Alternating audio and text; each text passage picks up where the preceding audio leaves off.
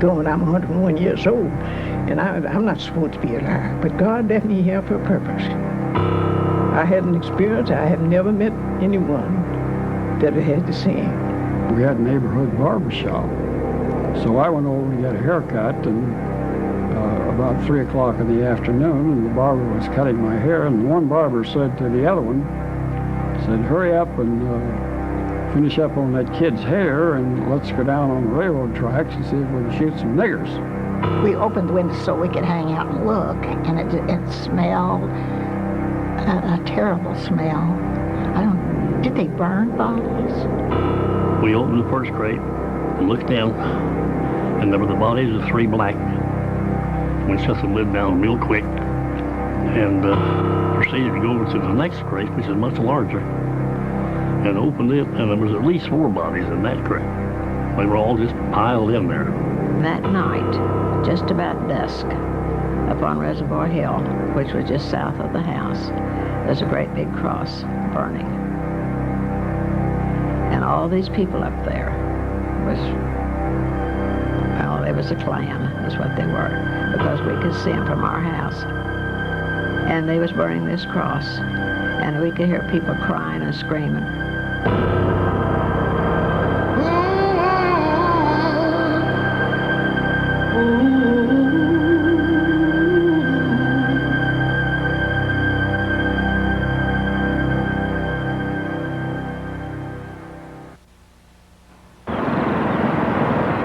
At the turn of the 20th century, Tulsa, Oklahoma, had the richest per capita wealth of any place on earth. It was dubbed the oil capital of the world, the Magic City, and the City of Dreams.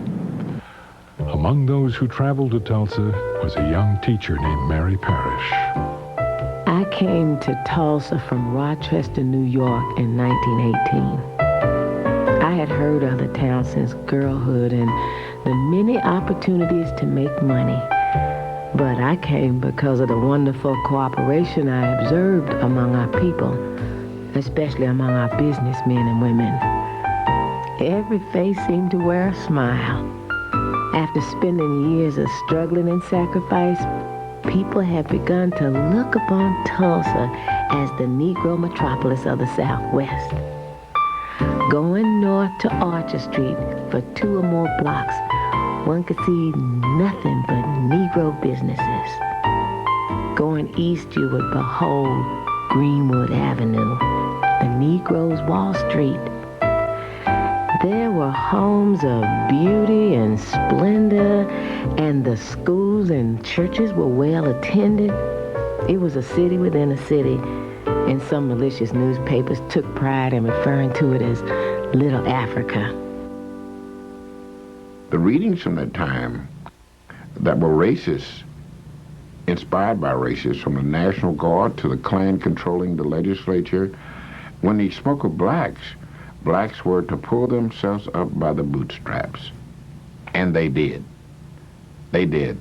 The money in my community didn't turn over the traditional 3 or 4 times. It turned over 8, 9, 10, 11, 12 times.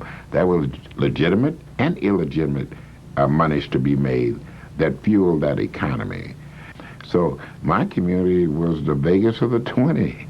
It was roaring. I can remember when I was a child that the Ku Klux Klan, and there were probably,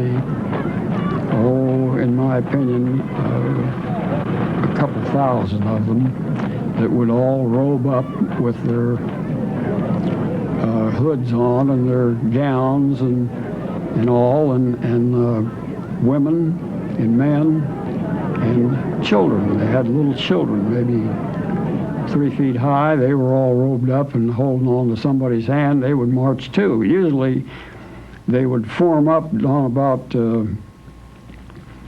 7th Street and Main in there someplace, and then the police would clear all of the cars off of Main Street, and they would march and they would fill the street from curb to curb, and it seemed like thousands of them. There might have been 2,000. I don't know. I don't remember. We used to go up and watch the Ku Klux Klan in their rally. on top of Standpipe Hill. And they were in their white robes and their pointed cap attire. And we used to just watch them. They had their torches burning and having a meeting. We knew not to get too close to them. The Klan was founded in 1865 to intimidate Southern blacks in the post-Civil War South. The reign of terror lasted 15 years, but as the movement died out, a legend, if not a lie, remained. Aging Civil War veterans told heroic stories of how the Klan had saved the South from domination by Negroes and Northern carpetbaggers. By 1915, there was no Klan in America. 3 months later, an extraordinary event took place that would resurrect the Klan and its legend. The event was the release of a pioneering motion picture, D.W. Griffith's Birth of a Nation. It was based on a best-selling book called The Klansman. In many cases, Klan recruitment ads ran next to movie ads. Birth of a Nation played to 50 million people, approximately half of the population of the United States. It played across Oklahoma with a tremendous run in Tulsa. The Birth of a Nation stimulated the organization of the Ku Klux Klan, which in turn maintained a high profile and stirred up many whites to acts of recrimination and of savagery in this period. When you have thousands of white men coming back from World War I, bringing back Souvenir Lewis, Spandau, and Browning submachine guns, and a variety of other weapons that they brought back from the battlefield.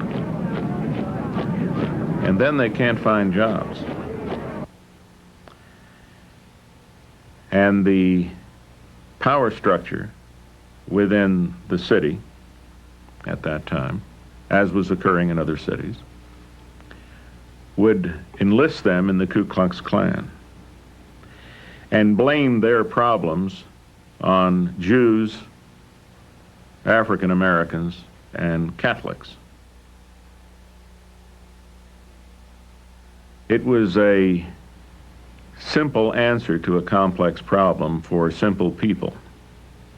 Meanwhile, they could stand in downtown Tulsa and look at the mansions in Little Africa, in the Black Wall Street, and seethe.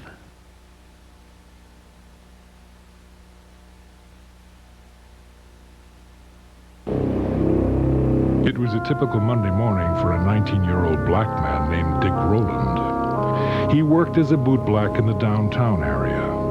Because there was no restroom facilities, Rowland had permission to use the restroom on the top floor of the Drexel building. In order to reach the top floor, he had to use the elevator.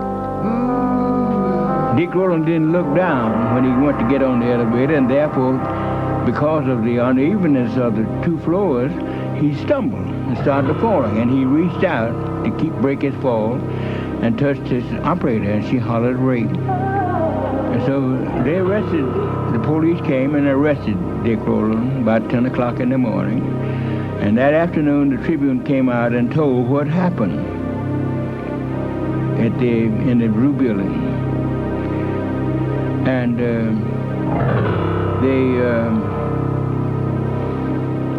after they told what was going to happen, then they said, it looks like there will be a lynching in Tulsa tonight. The newspaper described Rowland as Diamond Dick and told of an attempted assault upon a poor orphan girl who worked as an elevator operator to pay her way through college. The article said that she had scratches on her hands and face. In fact, she was not an orphan. She had deserted her husband in Kansas City and had been served with divorce papers in Tulsa 2 months before. And she was neither scratched nor had torn clothes. The real incident isn't the incident in the elevator. The real incident is what happens over at the offices of the Tulsa Tribune, which was the city's daily afternoon newspaper. And we know there were a couple articles in it that talked about what happened at the Drexel. One was a front page article that said something like "Nab Negro for attacking girl in elevator." But there was a second article, might have been an editorial, that we think was called "To Lynch Negro Tonight." We don't know really what it said, but we do know from white sources, from black sources, from government officials and others, that there was an article there suggesting that a lynch mob should gather downtown and to lynch Dick Rowland. Talk of a lynching was prevalent throughout the city, and by evening, white crowds began to form around the courthouse. A burning cross was visible on Standpipe Hill, which overlooked North Tulsa and Greenwood. The sheriff took the elevator to the jail, located on the top floor of the courthouse, and set up a barricade. In Greenwood, it was believed that a lynching was imminent, and mob rule without legal consequences was not without precedent in Tulsa. A few months before, a lynch mob had taken accused killer one Ray Belton from the Tulsa jail. A mile-long procession of cars escorted him to a tree on a county road where he was lynched. Local police officers directed traffic. 3 months later, in the town of Holdenville, 70 miles away, a white mob took a black man from the county jail, hanged him from a telephone pole, and riddled his body with bullets. He was accused of attacking a white woman. In Wagner, 30 miles from Tulsa, another lynching took place. A white man down in Wagner, Oklahoma, had him ask a colored girl for sex. And she told him her price. He had sex and he didn't want to pay her. He didn't pay her. She took out a knife and cut his throat and killed him. So they arrested her. They lynched her. And then they drug her body up and down the main street of Wagner, Oklahoma. And the Negroes in the community had decided there will not be a lynching in Tulsa, Oklahoma. In Oklahoma, it is not considered a crime for a man to kill a Negro. In recent years, there have been many lynchings in Oklahoma.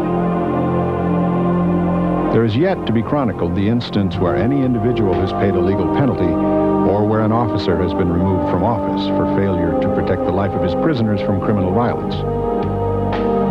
It is perfectly safe at any time and at any place for any considerable number of men together to take a prisoner from the hands of an officer and inflict the penalty of death.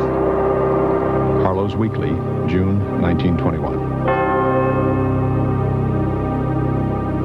Most of the news that people received came from their newspapers. It's incredible to look at the content of those newspapers and realize that it was a constant barrage of articles appearing concerning lynchings of black people. This was over and over and over again. In fact, 2 black people a week were being lynched in America at this time. The evening being a pleasant one, my little girl had not retired but was watching the people from the window. Occasionally she would call to me, "Mother, look at the cars full of people." I would reply, "Baby, do not disturb me when I read." Finally she said, "Mother, I see men with guns." Then I ran to the window and looked out. There I saw many people gathered in little squads talking excitedly. Going downstairs to the street, I was told of the threatened lynching and that some of our group were going to give added protection to the boy. I am told that this little bunch of black men marched up to the jail where there were already over 500 white men gathered, and that this number would soon swell to over 1,000. Someone fired a stray shot, and to use the expression of General Grant, all hell broke loose.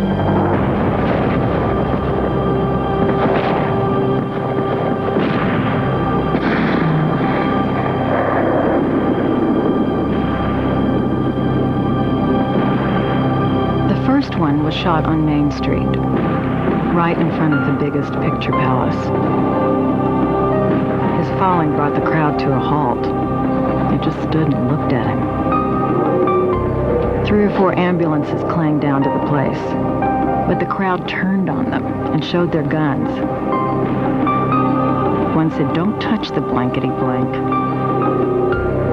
The ambulance workers didn't quite know what to do, so they turned off their engines and just stood there, blocking the street. Then there was a whoop a block away. Some of the Negroes had tried to organize and get their friend. The crowd surged forward, trampling the man on the sidewalk who was about dead. He lay, writhing on the sidewalk under a billboard from which smiled winsomely the face of Mary Pickford, America's sweetheart.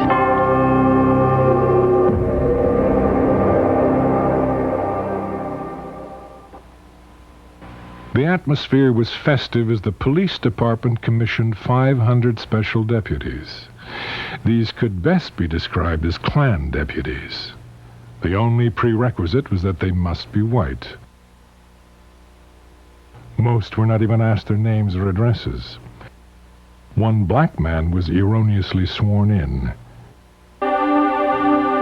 It occurred to me I could get sworn in as one of the special deputies. It was easy. My skin was apparently white, and that was enough. After some 50 or 60 of us had been sworn in, a villainous-looking man remarked casually, even with a note of happiness in his voice, "Now you can go out and shoot any nigger you see, and the law will be behind you." The Ku Klux Klan mob, having largely been made up of veterans, began to militarily organize themselves. And they divided down into squads and ran a skirmish line along Archer. After watching the men unload on First Street, where we could see them from our windows, we heard such a buzz and noise that on running to the door to get a better view of what was going on, the sights our eyes beheld made our poor hearts stand still for a moment. There was a great shadow in the sky, and upon a second look, we discerned that this cloud was caused by fast approaching airplanes. It then dawned upon us that the enemy had organized in the night and was invading our district, the same as the Germans invaded France and Belgium. Looking south out of the window of what then was the Woods building, we saw carloads of men with rifles unloading up near First Street. Then the truth dawned upon us that our men were fighting in vain to hold their dear Greenwood, Mary Parish.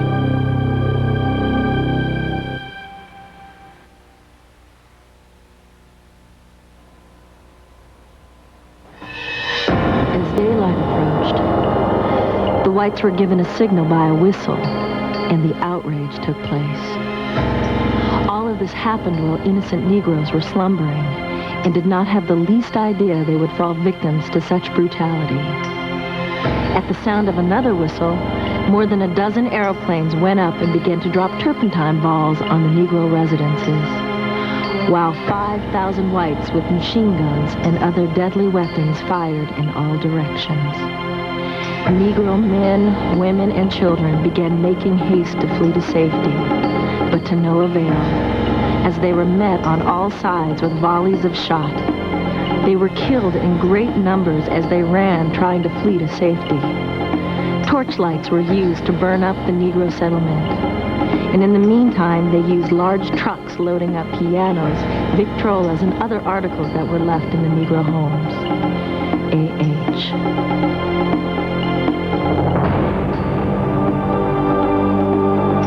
Backed trucks up to the vacated Negro homes and loaded everything movable and of value.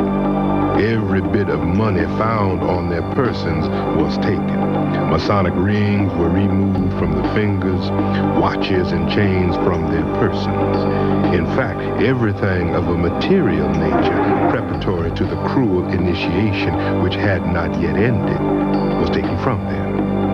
And so, penniless, in a destitute condition, they were corralled first one place and another. G.A. Gray. Once they framed that skirmish line, they marched into the north side of the downtown area, and they shot everybody they could find. They burned every home, but not before looting it first. They burned every business. They burned every car. They burned everything, systematically, block by block, house by house. They went all the way through the city. At the same time, the telephone lines were cut, the telegraph lines were cut, and the railroad leading into Tulsa was blockaded. There was no way to communicate what was going on in Tulsa with anybody else because it was very easy to cut the city off.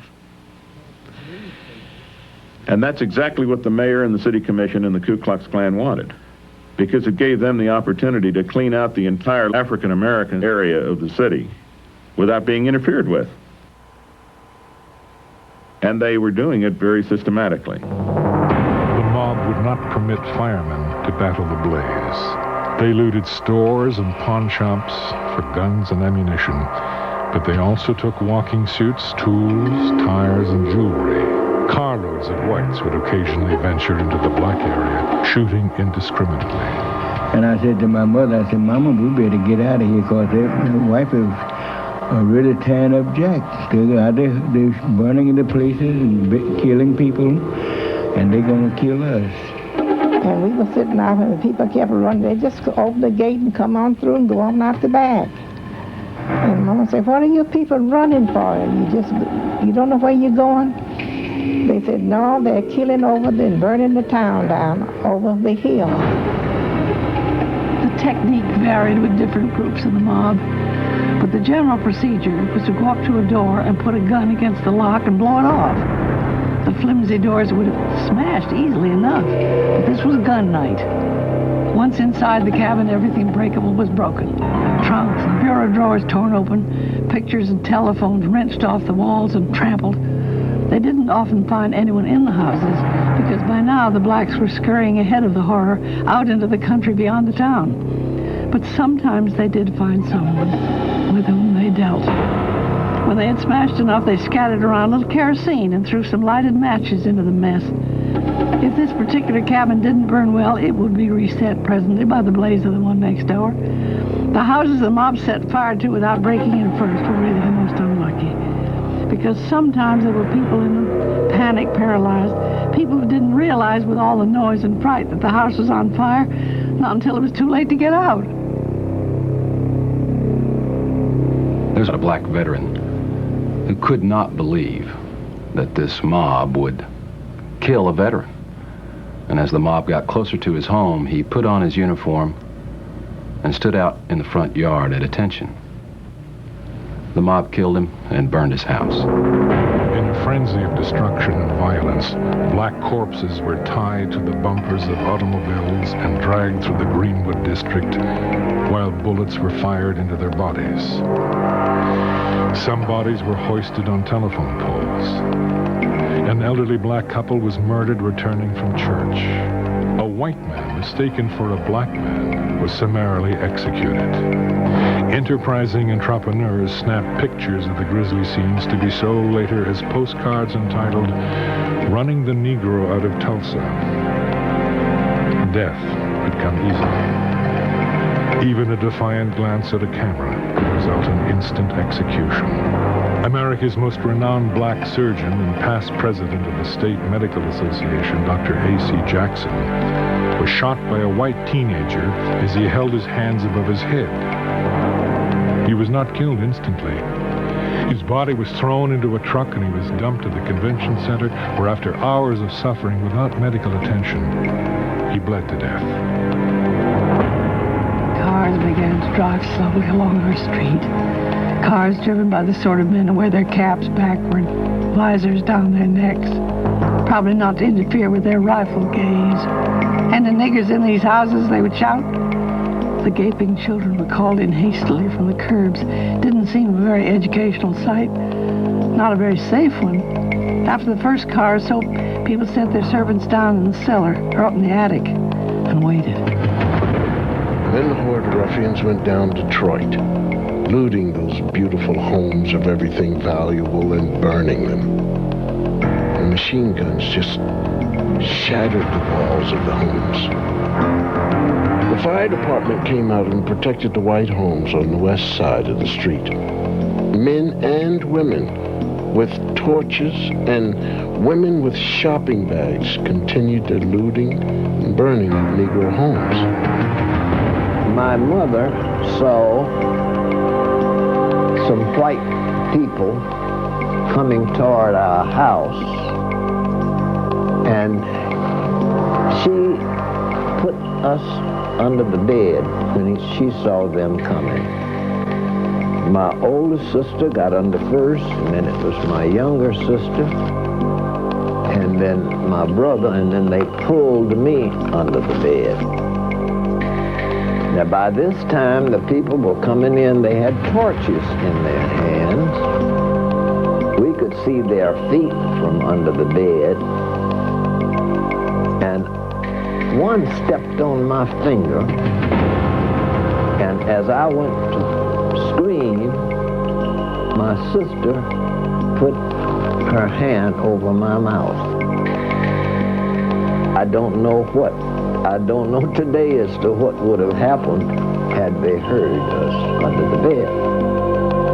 But they came in and they set the curtains on fire and set our house on fire, and then went out the door, and my mother got us from under the bed. I will always remember that on this day I live. There was the son of a cook in our street. Around 9 o'clock, the man he worked for came and asked for Hattie. He was in a car with some other men. It seemed that the boy thought he ought to get to his job. Before he knew it, he'd been caught in the fighting around the railroad tracks and crawled under a freight car to hide. Someone went in after him and shot him with a pistol. Now that things were quieting down a little, he was lying in the town hall where the militia were assembling the blacks. But his employer was afraid he wouldn't live many more hours. If Hattie wanted to see the boy, he said, he would take her down and look out for her. But she was afraid to go. He couldn't blame her, really. Some of the house Negroes who had allowed themselves to be put in those wandering cars and escorted to the safety of the town hall had been shot at as they drove through the streets. It wasn't the ride an old woman wanted to undertake, even to see her boy alive. The boy's boss understood. He went back himself and got a doctor and stayed with the boy till he died. The burning of that flesh, you could smell. It was horrible. And then those crosses burning up on the reservoir hill, which at that time there's no homes up there. About 7 o'clock, the whites or home guards came for the men. Then they took the women and children, promising them safety. After they had the homes vacated, one bunch of whites would come in and loot. Even women with shopping bags would come in, open drawers, take every kind of finery from clothing to silverware and jewelry. Men were carrying out the furniture, cursing as they did so, saying, "These damn Negroes have better things than a lot of us white people." I stayed until my home was caught on fire. Then I ran to the hillside where there were throngs of white people, women, men and children, even babies, watching and taking snapshots of the proceedings of the mob. Some remarked that the city ought to be sued for selling them damn niggers' property so close to the city. One woman noticed the First Baptist Church, which is a beautiful structure located near a white residential district. And she said, "Yonder is a nigger church. Why ain't they burning it?" The reply was, "It's in a white district." I saw the bombs dropping and the church explode. The 6 airplanes that I saw flying over Standpipe Hill and dropping the bombs on Mount Zion Baptist Church. And burned that church, and it just completed 40 days, and it was burned. The white church on 4th Street was a frame church. Our church was better than the white people's church. This church was only 40 days old. It was truly a symbol of black prosperity, and it was burnt to the ground, allegedly because ammunition was being stored in the basement or some such nonsense. People were seen to flee from their burning homes, some with babes in their arms and leading crying, excited children by the hand, others old and feeble, all fleeing to safety. Yet seemingly, I could not leave. I walked as one in a horrible dream. By this time, my little girl was up and dressed, but I made her lie down on the dew-fold in order that the bullets must penetrate it before reaching her. By this time, a machine gun had been installed in the granary and was raining down bullets on our section. Mary Parrish. The most horrible scenes of this occurrence was to see women dragging their children while running to safety, and the dirty white rascals firing at them as they ran. Some of them were pursued for more than 12 or 15 miles, and some never returned. Negro hospitals with numbers of sick were burned, and many people perished in the flames, not being able to get to a place of safety. Women were chased from their homes, naked, with clothes in their hands, and volleys of shots fired at them as they were fleeing, some with babies in their arms. A.H. As I neared Standpipe Hill, I could see homes on Eastern and Detroit burning, and also discovered that the enemy had located on the hill and that our district was entirely surrounded. We thought that we were leaving the firing behind, but found that our danger was increasing, for a machine gun was located on the hillside. They came over and they had machine guns up there, and he was manning the machine gun, and he and his companions, they were shooting down on the people. They had machine guns up there, shooting at us. My husband and I, when we came out, they were shooting at us. We didn't get any shots. They killed one of our fine doctors. I can never forget a family who started out and had the misfortune to lose one wheel off their wagon and therefore had to get out and walk. In that numbers was a mother and a father with a 6-month-old infant. Oh, such a fine and healthy baby. The father would run along and carry it a while, when the mother would take it until she was tired out. When they both were just about exhausted, the father cried out, "Will someone help us?" Mrs. Rosa Davis Skinner, who told about the night of the riot when it broke out on Greenwood. She was asleep. Her husband awakened her and said, "Wife, come on, there's a riot on." And they left fleeing, she in her gown and house shoes, and joined with a neighbor next door who had had a stillborn baby early in the day. They were going to bury the baby the next day, put it in a little shoebox, and Mrs. Skinner said that while they were running, mobsters shooting at them, bullets zinging at them, people shoving and bumping into each other, this lady dropped that little shoebox, and she got down on her hands and knees to try to find it. And she couldn't, and her husband just dragged her away, said, "You're going to get killed, we've got to go." And he dragged her away, and they never found that little baby. This lady wept when she told me that. She was 98 years old, and that had been 75 years earlier, and she wept and said, "I often wonder what happened to that poor little baby." We both wept. We came out after several shots were fired into the house by the mob. 2 or 3 whites thrust guns in each man's face and side and took him downstairs. As I neared the bottom of the steps, I was met by a man who very unkindly treated me. Seeing a man with hands raised, he came up to the blind side and struck me in the jaw, after which I was questioned and my money taken. The worst thing of all was being humiliated before little boys between the ages of 12 and 16 years, knowing these youngsters would grow up to try the same thing when they matured that others tried, but with less success, I am hoping. J.C. Latimer. One of the classic photos that comes from the riot is that of a perhaps 15, 16-year-old, probably would be referred to in those days as a hooligan, strutting proudly in front of the camera with the burning and terrible circumstances in the background, puffing a cigar, carrying not one but two firearms. As you look at that picture and you think of what's going on around him, you can't help but hope that he will be taught a lesson about life's justice. The certainty that many blacks had that whites took their furniture, took their clothes, took various other personal possessions, and used them. And then, having taken those things for their use, then they burned and bombed the black part of town. It was a surprise.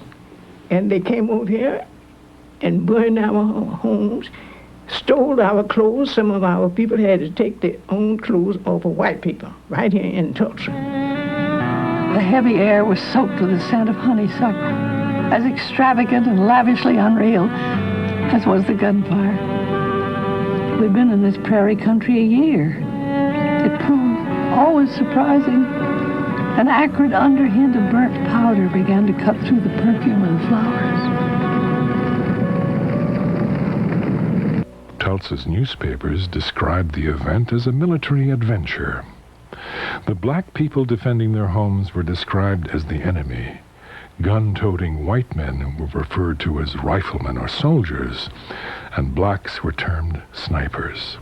The mob, it was called a volunteer army. Blacks with guns were called a mob. Marauding whites were called patrols. At approximately 9:15 a.m., the National Guard troops from Oklahoma City arrived by train. In all my experience, I've never witnessed such a scene. 25,000 whites, armed to the teeth, were ranging through the city in utter and ruthless defiance of every concept of law and righteousness. Motor cars bristling with guns swept through the city, their occupants firing at will. General Charles Barrett. Fanny was our laundress. She lived in Greenwood with an ancient uncle who'd been the messenger in a bank for 20 years. They knew there was trouble, of course, but the mob had missed them so far.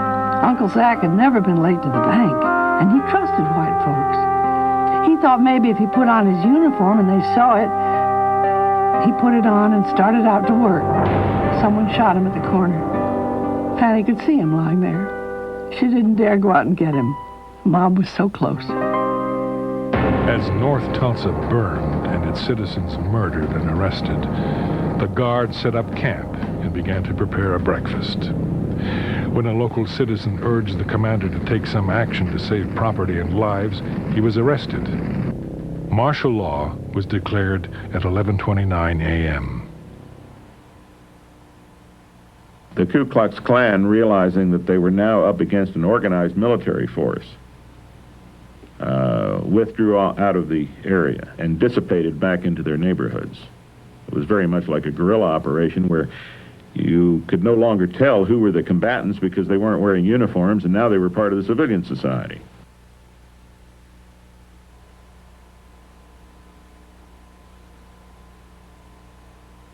Detention areas were set up at a local park, the convention center, and the baseball park. Every African American had to fill out and carry an identification card, which had to be signed by a white employer and approved by a local official. If approved, the prisoner was given a ribbon that he or she had to wear. The ribbon read, "Police Protection." Failure to wear the ribbon resulted in immediate arrest and confinement. A black person could only be released from detention if he or she was vouched for by a white person.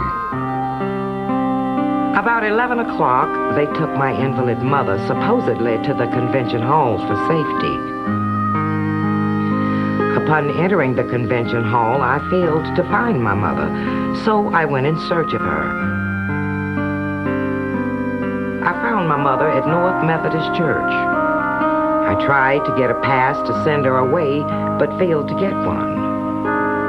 She remained unconscious for 2 weeks and passed away. I feel that this damnable affair has ruined us all. Carrie Kinlaw. We hadn't heard from my father. And although I was 6 years old, I remember quite well the anxiety that all of us felt. Where's my daddy? Where's my husband? Mother would say, and so forth. And so we had a period of agonizing waiting, and that was an awful, awful experience. And it was several days, I don't know how many, in the absence of telephones and radios and that sort of thing. We didn't know. We had no way of finding out. And so after what seemed to have been an endless period of time, we received a letter from my father saying that he was all right. He told us that he had been in detention at Convention Hall, and that he had nothing except what he had on his back. The prisoners, mostly women and children and the elderly, were marched through the streets with their hands above their heads. The stress, heat, and exertion resulted in the rise of premature births. Before the day was over, every black person in the city was killed, wounded, arrested, or placed in confinement.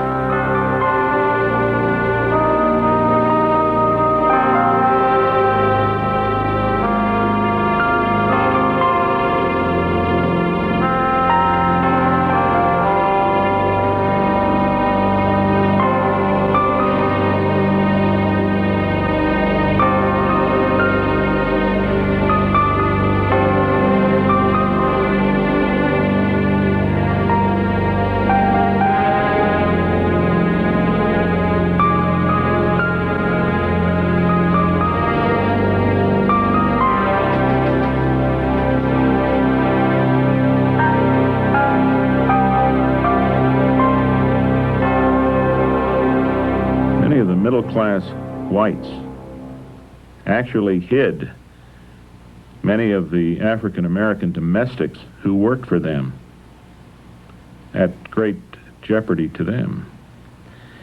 If a white family during that riot had been found to have hidden an African-American, at the very least, the white family would have been lashed. Terrified black people fled the city to other communities. After reaching this home, the crowd throng there was too large to supply them out of a pail, so a wash tub was drafted into service and pride cast to the wind. We were so famished and our lips parched, the children crying for a drink, that this was the best tasting water we could remember of having tasted. Mary Parrish. We had an engineer for the Frisco lived behind us, and he would give us a day by day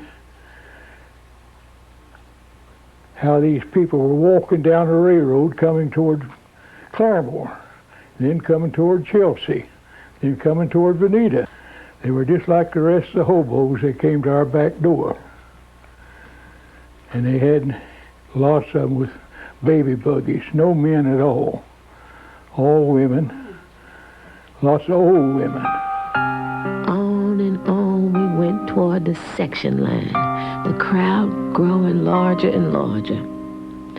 The question on every lip when a newcomer from town would arrive was, how far had they burned when you left town? After we had gone several miles, we began to see automobile loads of men with guns going east ahead of us. We wondered where they were going, but we were not destined to wander for long, for as we neared the aviation fields, we saw their destination. The planes were out of the sheds, all in readiness for flying, and these men with high-powered rifles were getting into it. As we went further, we saw several men leaving the fields, going to the house, returning with guns, and heading towards Tulsa. After we had traveled many miles into the country and was turning to find our way to Claremore, We looked up the road and saw a race lady coming toward us. My lady friend and I went to meet her. She advised us not to try to pass through a little adjoining town.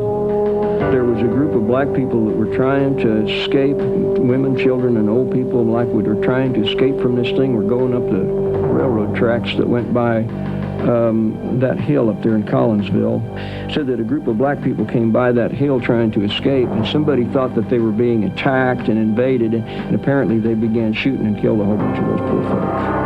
The airplanes continued to watch over the fleeing people like great birds of prey watching for a victim. Although we were over 13 miles from Tulsa, we could, at about 10 p.m., see the smoke rising from the ruins.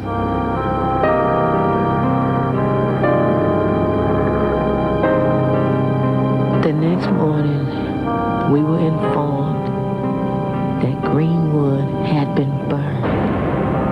It was then that I shed my first tears. A truck arrived for us about 9 o'clock, and we started for Tulsa. We did not enter through our section, but we were brought through the white section. Can you imagine the humiliation of coming in like that, with many doors thrown open, watching you pass? Some with pity, and others with smiles. And when a bunch of the colored folks that they were marching down Elgin, I would see them coming, and I'd kept my BB gun under the front porch at that time, and I would run down and grab the BB gun and stick the barrel out through the lattice work and pop the National Guardsmen. And of course, they'd bounce like this and look around, and of course, I was careful enough that I wasn't going to hit anybody in the head or anything like that. These two brothers, the youngest two, they were kind of smart alecky, and they thought, they'd stir up a riot or stink or something. And I can remember standing behind them and crying when my dad just hauled off and backhanded one of them in the back of the head because he was going to take a gun. And he wasn't going to shoot at the people, he was going to shoot up in the air. And I remember my crying and begging him not to do it. And my dad, telling him he wasn't going to do that to those people. They was only trying to get away themselves. Soon we reached the Black District, which was so beautiful and prosperous looking when we left. There we found to be piles of bricks, ashes, and twisted iron representing years of toil and savings. We were horror-stricken, but could not shed a tear. At that hour, we mistrusted every person having a white face or blue eyes.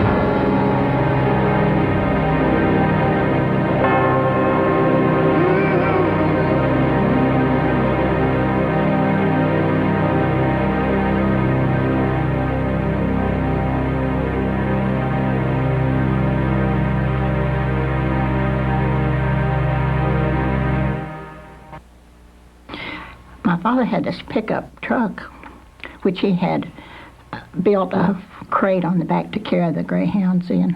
And he took that crate off when he left the greyhounds, wherever it was. He left them at some kennel or other and just had a plain pickup truck. And the police saw his truck, and they told him to haul dead bodies, to wherever they were taking them. I don't know where they took them. and I saw these 2 truckloads of bodies, dead bodies. They were Negroes with their arms and legs sticking out, through the slats. And it frightened me so, but I kept thinking of them in terms of dolls. On the top of the very, very top of the pile of bodies was a little boy just about my age, and his head flipped over like that.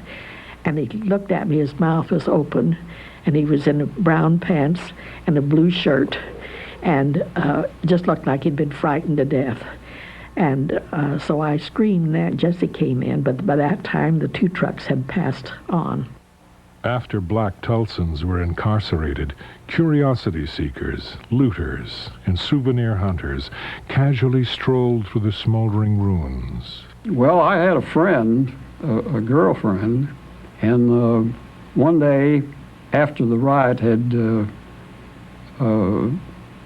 subsided, or possibly was still, they were still protecting and giving the colored people sanctuary. Well, she came out and she had a package of spearmint gum, Wrigley spearmint gum. And perhaps there were 40 or 50 packages of gum in the little square box, about so square and maybe 2 inches deep. And she was passing the gum out to all the kids in the neighborhood. And of course we asked, where did you get it? And she said, oh, Daddy got it over in Niggertown, which was a clear indication that white people looted the colored people over in the Greenwood area. When they doubted about it, of course, we didn't think anything about it. We just took the gum and chewed it. Martial law was less than benevolent. Field Order Number 3 prohibited the holding of funerals at churches. But in reality, this prohibition pertained to black funerals only. White funerals went on as usual. Overnight, these people had nothing. And they had to start over again. A person who had office and clients or patients or customers had nothing. And the people that were his clients and of their clients and patients and customers had nothing. And so it was extremely difficult for them to get on their feet.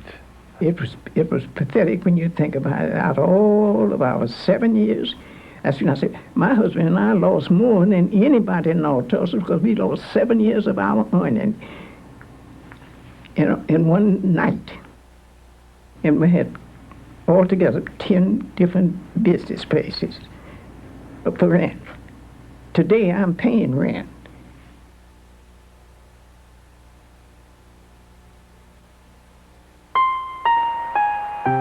Few black Tulsans had insurance. And those who did had clauses which voided the policies in case of a riot. Those making a claim had to prove that the city or state government was negligent in protecting their property. An impossible burden because the victors had already begun to rewrite the history and insulate themselves from blame. An all-white grand jury placed the blame for the Holocaust squarely on the black population. Also blaming the black population was Tulsa's white churches, the Chamber of Commerce, and of course Tulsa's white newspapers. In this old nigger town, there are a lot of bad niggers, and a bad nigger is about the lowest thing that walks on 2 feet. Give a bad nigger his booze, his dope, and a gun, and he thinks he can shoot up the world. And all these 4 things were to be found in nigger town: booze, dope, bad niggers, and guns. Tulsa Tribune makes no apology to the police commissioners or to the mayor of this city for having pled with them to clean up the cesspools in this city. Tulsa Tribune, June 4th, 1921. Incredibly, after all the yellow journalism that had been published at the time about the incident and prior to the incident by white-owned newspapers, the one indictment returned by the grand jury of a newspaper was against Mr. A.J. Smitherman, one of the most influential black citizens in Tulsa, owner of the black newspaper. And that comes after his offices, his newspaper offices, were destroyed and burned in the riot. He left Tulsa and never returned. Cities across America offered assistance, but Tulsa officials turned down all the offers under the guise of handling the problems themselves. From a 10-room and basement modern brick home, I'm now living in my coal barn. From a 5-chair enamel barber shop with 4 workmen and a porter to a razor strap and a folding chair on the sidewalk. Didn't have one thing left and never received a dime. Up until this day, they never. And it ought to be added in order there to be made pay even the children that suffered. Our children have suffered because their parents lost everything they had, and the children weren't able to get along, and they were doing fine. The Red Cross took donations and performed an admirable job with little help from government officials. Returning to the Red Cross headquarters, I found rows of women, men, and children waiting their turn to receive clothing, such as was obtainable. And the thing that I could not understand was why these innocent people who were helpless as babes were placed under guard.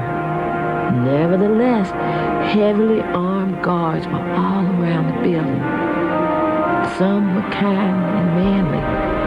Others were beasts dressed in uniforms. I went upstairs into the clothing room in a quest of a change of clothing for my little girl. Having worked hard always for an independent living, thereby being able to have what I wanted within reason, this was wormwood and gall to me. Just to be standing around waiting to get a change of secondhand clothing. But what could I do? What we had on was soiled. They being all we had, and I was not yet permitted to go to town and purchase more. The primary rooms of the Booker Washington School were converted into an emergency hospital. I can never erase the sights of my first visit to the hospital. There were men wounded in every conceivable way, like soldiers after a big battle. Some with amputated limbs, burned faces, others minus an eye or with heads bandaged. There were women who were nervous wrecks in some confinement cases. One mother was thoughtless as to burden her infant for life with the name of June Riot. Mary Jones Parrish.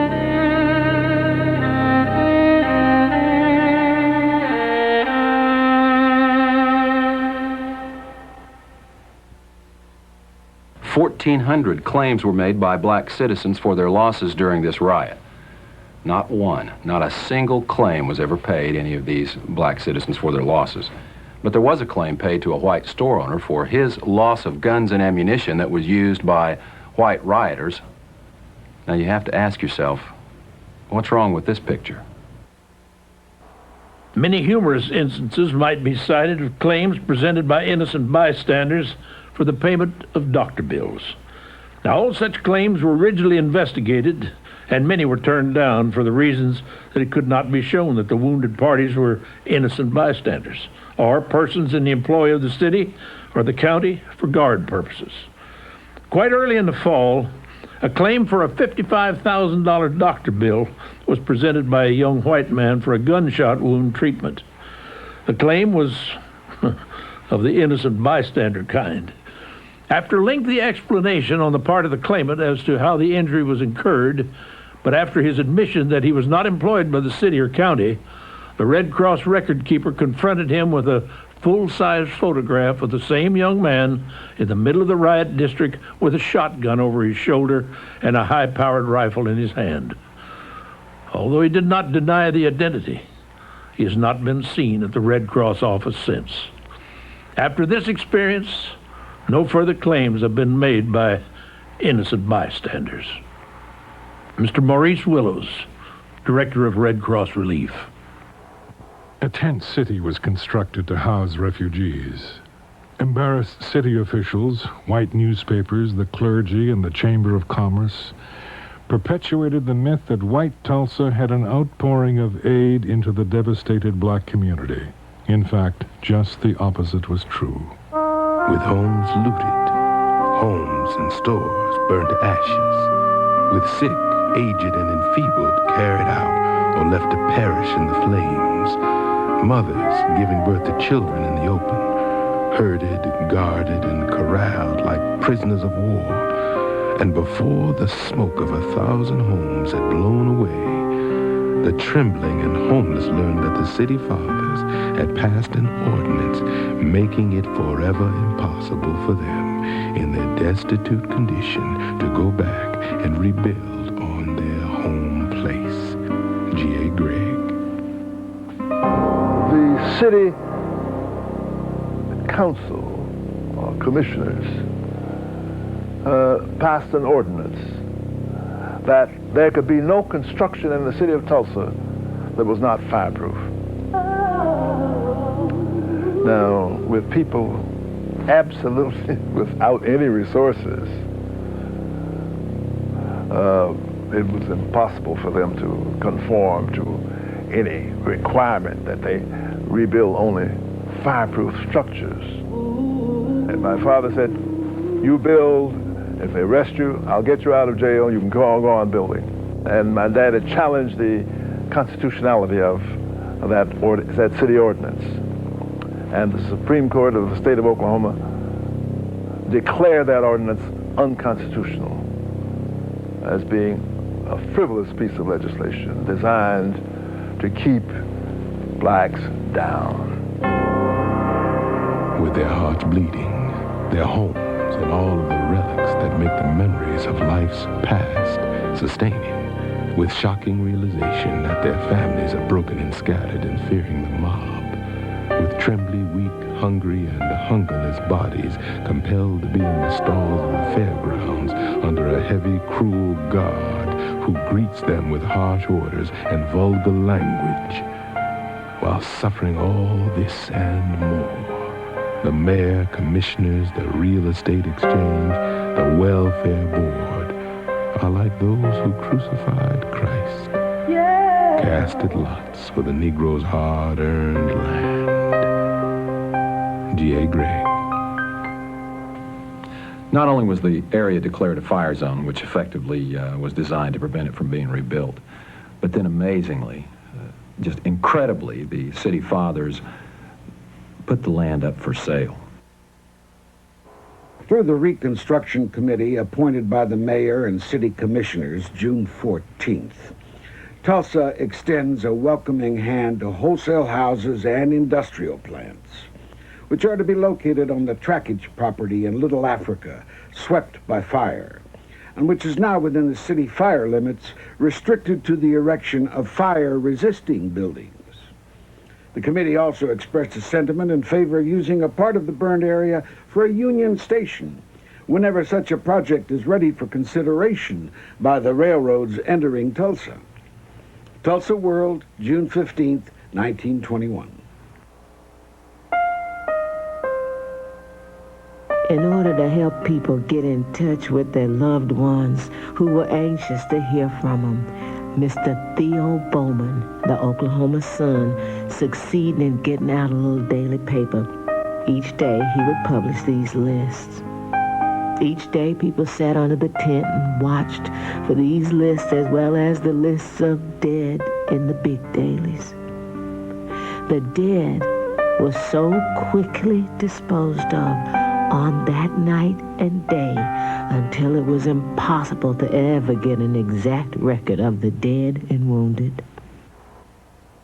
A cousin and I decided to go visit somebody, and we passed down by the cemetery there at 11th and Lewis, the old Oak Lawn Cemetery. As we went down 11th Street, we saw a bunch of men working, digging a pit, evidently, and we noticed a bunch of wooden crates lying around. So we were very curious about it, so we went in to have a look. And we walked up to the first crate, and we were unnoticed by the men. And we opened the first crate, looked in, and there were the bodies of 3 black men. We shut the lid down real quick and proceeded to go over to the next crate, which is much larger, and opened it, and there was at least 4 bodies in that crate. They were all just piled in there. And about that time, the men noticed us and ran us out. The Red Cross estimated that 300 people were killed. The official death toll was placed at 36. Terrified witnesses told of bodies being disposed of at city incinerators, the Arkansas River, and local strip mining pits. When one witness was asked about the difference between the Red Cross totals and the city's official count, the reply was, "There is no statute of limitations on murder." I had a friend of mine named Bill Wilbanks, who at that time was a captain in the Tulsa Police Department. And he called me and he said, "Would you come down to the police academy? I'd like to show you something." And I said, "Sure." And I dropped down to the police academy, and he was cleaning out some files.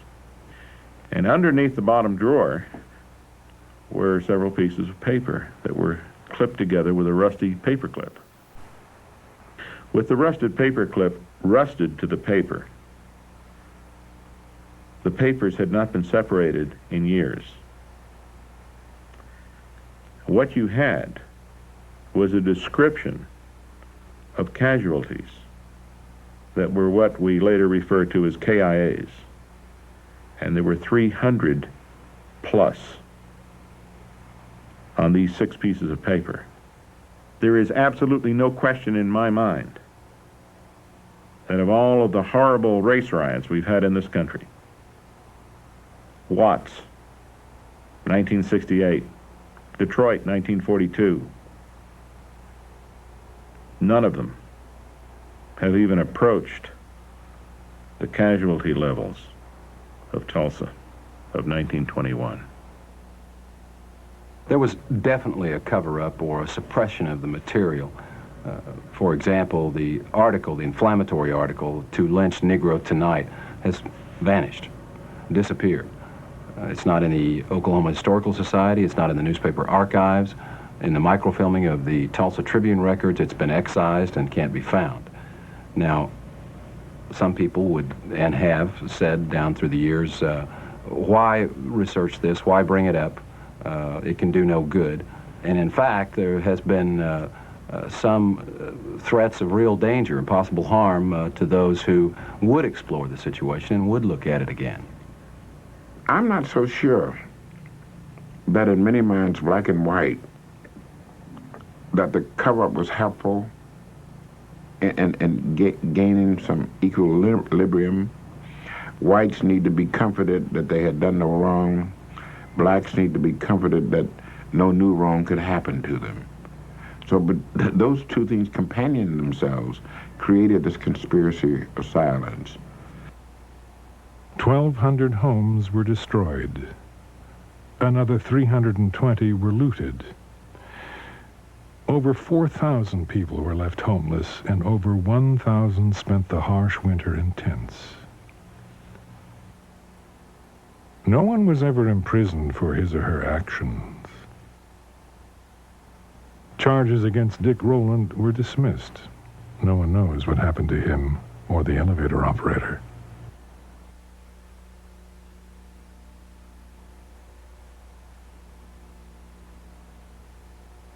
Later, when I would travel to Europe and see the ruins of Athens and the ruins of Rome, my mind went back to the ruins of Tulsa, which were somewhat reminiscent to me then when I was traveling, of the ruins of Rome and Athens and other places in Europe. A big, beautiful Christmas tree was placed in front of the Red Cross Relief Headquarters. Now imagine, if you can, this huge tree brightly standing in the middle of a district which had once been comfortable homes, but now filled with little ones and little two-room wooden shacks. Everywhere, large piles of brick and stone, twisted metal and debris, reminding one of the horrible fact of last June. the first time in their lives, the Negro children of the devastated district, these hundreds of little folks, were without their former comfortable homes. The resources of their parents had been reduced to a point where Christmas couldn't mean much to them. After dusk on Christmas Eve, a chorus of 2,200 voices sang their Christmas carols and the typical Negro melodies. Coming from the throats of these people reverberated through the night air and attracted most of the crowd gathered in the business section over on Greenwood Street. Whole families were there, men, women, children. It seemed as though the whole Negro population couldn't resist this chance to sing. Never have I witnessed more spontaneous outbursts of Christmas fervor than on this occasion. The crowning sentiment of the celebration was in a speech made by one of the leaders who said, "Let us always remember the old Negro tradition. There's no room in our hearts for hatred." This occasion furnished what was termed as the greatest night in the history of the Tulsa Negroes. Mr. Maurice Willows, Director of Red Cross Relief, Christmas, 1921. Tulsa need not feel that, it's irredeemable. That was just a mindset at that time. What we hope to learn from this ride study is the danger of having a mindset that would exclude someone based on race, religion, gender, or something. So we hope that we learn some lessons from this. Some of our group feel their superiority over those less fortunate.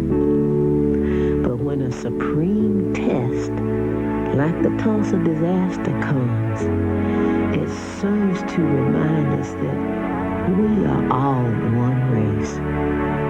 That human fiends, like those who had full sway on June 1st, have no respect of person.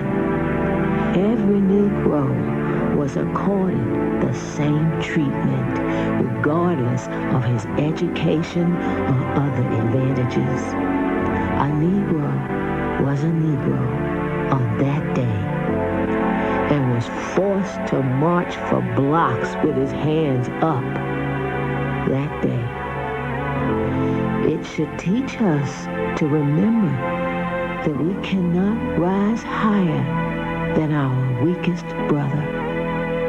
My name is Mary Parrish.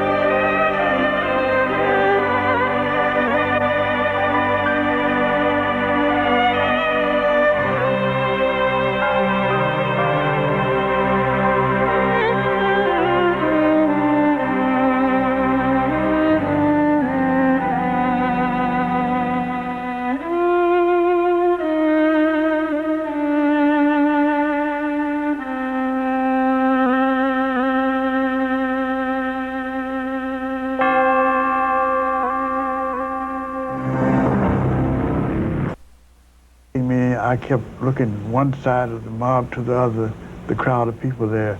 I kept saying, I haven't done anything to deserve this, help me. And the beating continued right on up to the courthouse. And there was Tom and Abe hanging on the tree. Somebody said, where's the rope? They got the rope, put the rope around my neck in such a savage way that it scratched my neck, you know, caused a bruise. And they began pushing me under the tree where Tom and Abe were. They wanted to lynch me right between the two of them. They'd already thrown the rope over the limb of the tree, and they were getting ready to hoist me up. And I remembered what my mother had always told us children. She was a very religious woman. She said, always pray to God. And I prayed to God. I said, Lord, have mercy and forgive me my sins. And then I stood there. I was ready to die. I was glad to be leaving a world full of so many false and deceitful people. And then it happened. A voice came out from heaven. And Mr. Gilmore, it was a voice from heaven. It was a feminine voice. It said, take this boy back. He had nothing to do with any killing or raping. That's what the voice said. And instantly, just like that, that mob looked like we were standing in a petrified forest. Everything seemed to stand still. And I thought I was in a room like this, in a dark room of a photographer's studio. And I could see big strips of negatives hanging down, but they weren't little strips. They were big, wide, like rolls of wallpaper, you know. And I was looking at all these strips around the room, and I could see all kinds of images, but I couldn't tell whether they were white or black. And then all at once, everything came back to normal again. And those hands that had been rough and ready to kill and had killed became soft and kind and tender. And they removed the rope off my neck, and then I was allowed to stumble and wobble and stagger back to the jail, which was just a half a block away. And there the sheriff was standing out there, and he said, I'm going to try to get you out of here for safekeeping. And he had me to get into a car, and 4 policemen took me over to Huntington, Indiana, about 18 miles from Marion. And on the way over there, they said, nigger, was you scared? They put me in the back seat of the car and put the floor mat over me. And they were talking back and forth from the front seat and the back seat. They beat the hell out of that one nigger, didn't they? Yeah, and that other one, they drove a crowbar through him. And then they pulled the mat off me and said, were you scared, nigger? Well, hell yes, I was scared. You know, I was wondering why they kept calling me nigger all the time, you know. And they kept insulting me all the way over to Huntington. And when I got over to the jail in Huntington, they put me in the cell block next to an old white man whose hair was as white as snow. His hair was white as snow, and he had the kindest blue eyes I'd ever seen in any man. And there was a young girl in there on the other side. There was only 6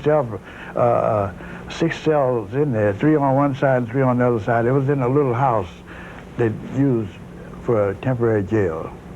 So they put me in this cell next to this old white man.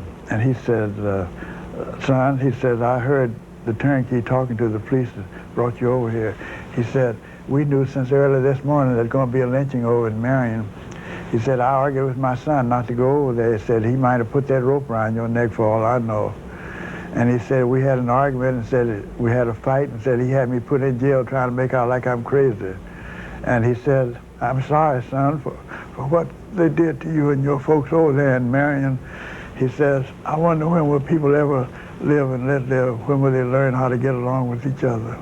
What do you say to our people today who look at that picture and look at the whites in that mob, some of them grinning like they were at a party? What do you say to our generation today? How should we feel about that? Well, you should feel that it is a part of the history of America. And if you're going to tell the history of America, you might as well tell the whole history, not just part of it. The best local news is United States. A Tuskegee Institute report documented 4,736 lynchings in 43 states in this nation between 1882 and 1962. Of those lynched, 1,294 were white, 3,442 were African American. Also of note, many of these photographs exhibited were fashioned into postcards. They created these cards for their own glorification and to further the celebration and to act as souvenirs. I am here. They're found in family photo albums next to the family's vacation to Daytona Beach. But because they've done that, they've become our monuments to what really happened, the truth.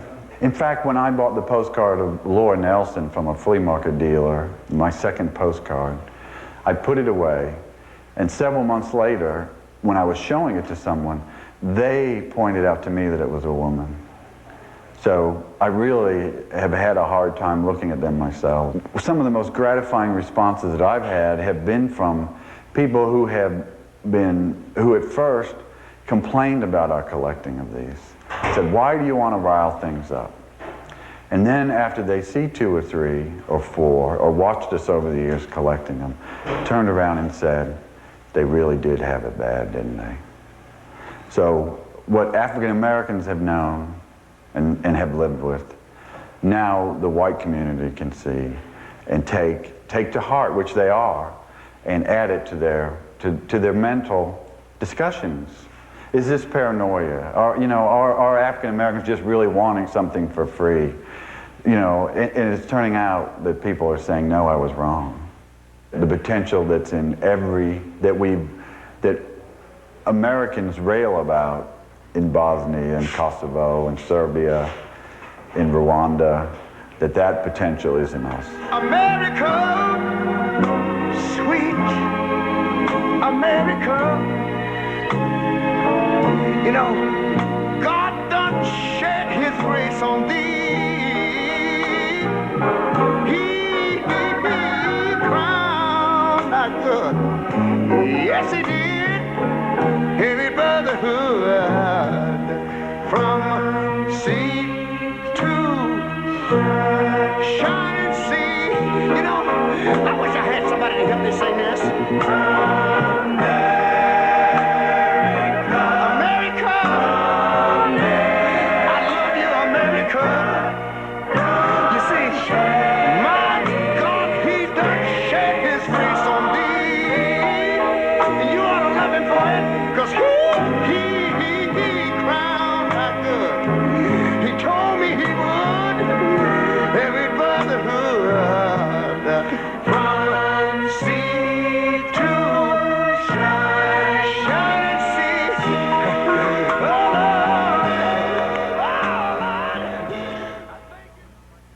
For transcripts, send $4 to Like It Is, 8